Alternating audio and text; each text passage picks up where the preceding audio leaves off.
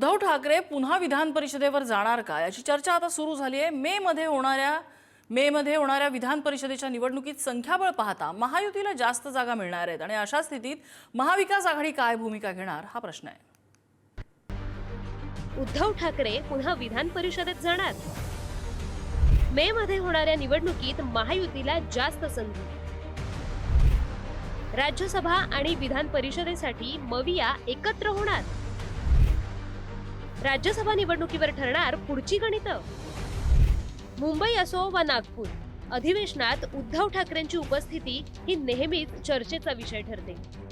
अधिवेशनात मोजके दिवस उपस्थित असूनही सभागृहातील त्यांच्या भाषणापेक्षा उद्धव ठाकरेंच्या गाठी भेटी आणि पत्रकारांशी संवाद अधिवेशनात अधिक लक्ष वेधतो।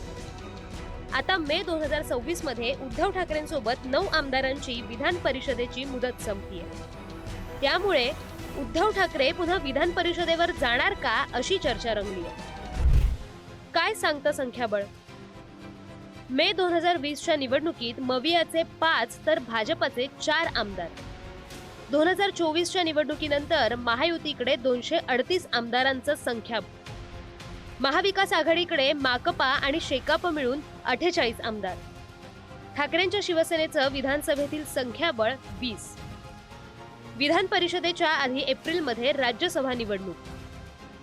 राज्यसभा निवडणुकीत मविया एकत्र आल्यास 1 जागा मिळण्याची शक्यता। राज्यसभेला ठाकरेंची शिवसेना, काँग्रेस, शरद पवारांची राष्ट्रवादी एकत्र येणार। राज्यसभेतल्या गणितावर विधान परिषदेचं समीकरण अवलंबून। संख्याबळ पाहता मविया एकत्र आली तरी एखादीच जागा मिळण्याची शक्यता। या सगळ्यामुळे उद्धव ठाकरे पुन्हा विधान परिषद लढणार का याची चर्चा सुरू झाली आहे। ठाकरेंनी पुन्हा विधान परिषदेवर जावं अशी इच्छा असल्याचं संजय राऊत यांनी सांगितलंय। यापुढे विधान परिषदांच्या निवडणुकांमध्ये किंवा इतर राज्यसभांच्या निवडणुकांमध्ये एकमेकांना मदत करावी लागेल, तरच राज्यसभा आणि विधान परिषदेमध्ये आमचे लोक निवडून येतील सगळ्यांचे। आम्ही माननीय उद्धव साहेबांना ही विनंती केलेली आहे, आम्ही सगळ्यांनी, की आपण राज्याचे मुख्यमंत्री म्हणून काम केलेलं आहे आणि त्या विधिमंडळामध्ये आपण पुन्हा जाणं हे राज्यासाठी आणि जनतेसाठी आवश्यक आहे, हे आम्ही त्यांना विनंती केलेली आहे। त्यांनी जावं अशी आमची सगळ्यांची इच्छा आहे। तर मविया एकत्र आली तरच हे शक्य असल्याचं शिंदेंच्या शिवसेनेच्या नेत्यांचं म्हणणं आहे। विधान परिषदेसाठी गुप्त मतदान होतं। अशा स्थितीत उद्धव ठाकरे निवडून येऊ नयेत यासाठीही प्रयत्न होण्याची शक्यता नाकारता येणारी नाही। उद्धव ठाकरे हे पहिले विधान परिषद गेले, मुख्यमंत्री झाले, परंतु आता त्यांनाही कोणती निवडणूक आता तर लढवता येणार नाही किंवा मध्ये कोणती निवडणूक नाही, म्हणून जर जायचंच असेल तर विधानसभा मागचं दार ज्याला म्हणतात तोच एकमेव पर्याय त्यांच्या समोर आहे आणि मला वाटतं ते पुन्हा विधान परिषदेमध्ये जातील।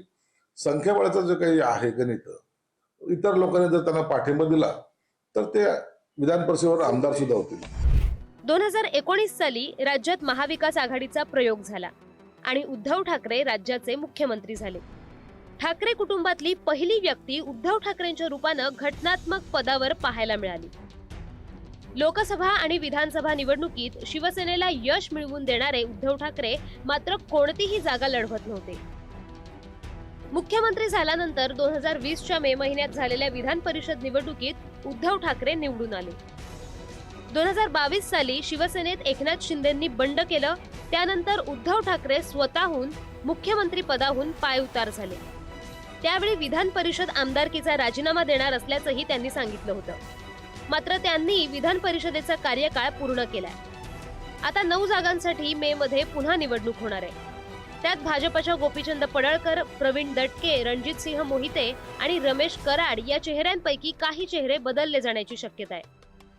मुदत संपणाऱ्यांमध्ये शिंदे शिवसेनेच्या नीलम गोऱ्हे यांना पुन्हा संधी मिळण्याची शक्यता आहे, तर अमोल मिटकरींना बदललेल्या राष्ट्रवादीच्या राजकारणात पुन्हा संधी मिळेल का हे पाहावं लागेल। शरद पवार राष्ट्रवादीचे शशिकांत शिंदे, काँग्रेसचे राजेश राठोड यांची वाट बिकट आहे। याहीपेक्षा निवडणुकीत उद्धव ठाकरे निवडणूक रिंगणात उतरणार का याकडे सगळ्यांचं लक्ष असेल। ब्युरो रिपोर्ट, पुढारी न्यूज, मुंबई.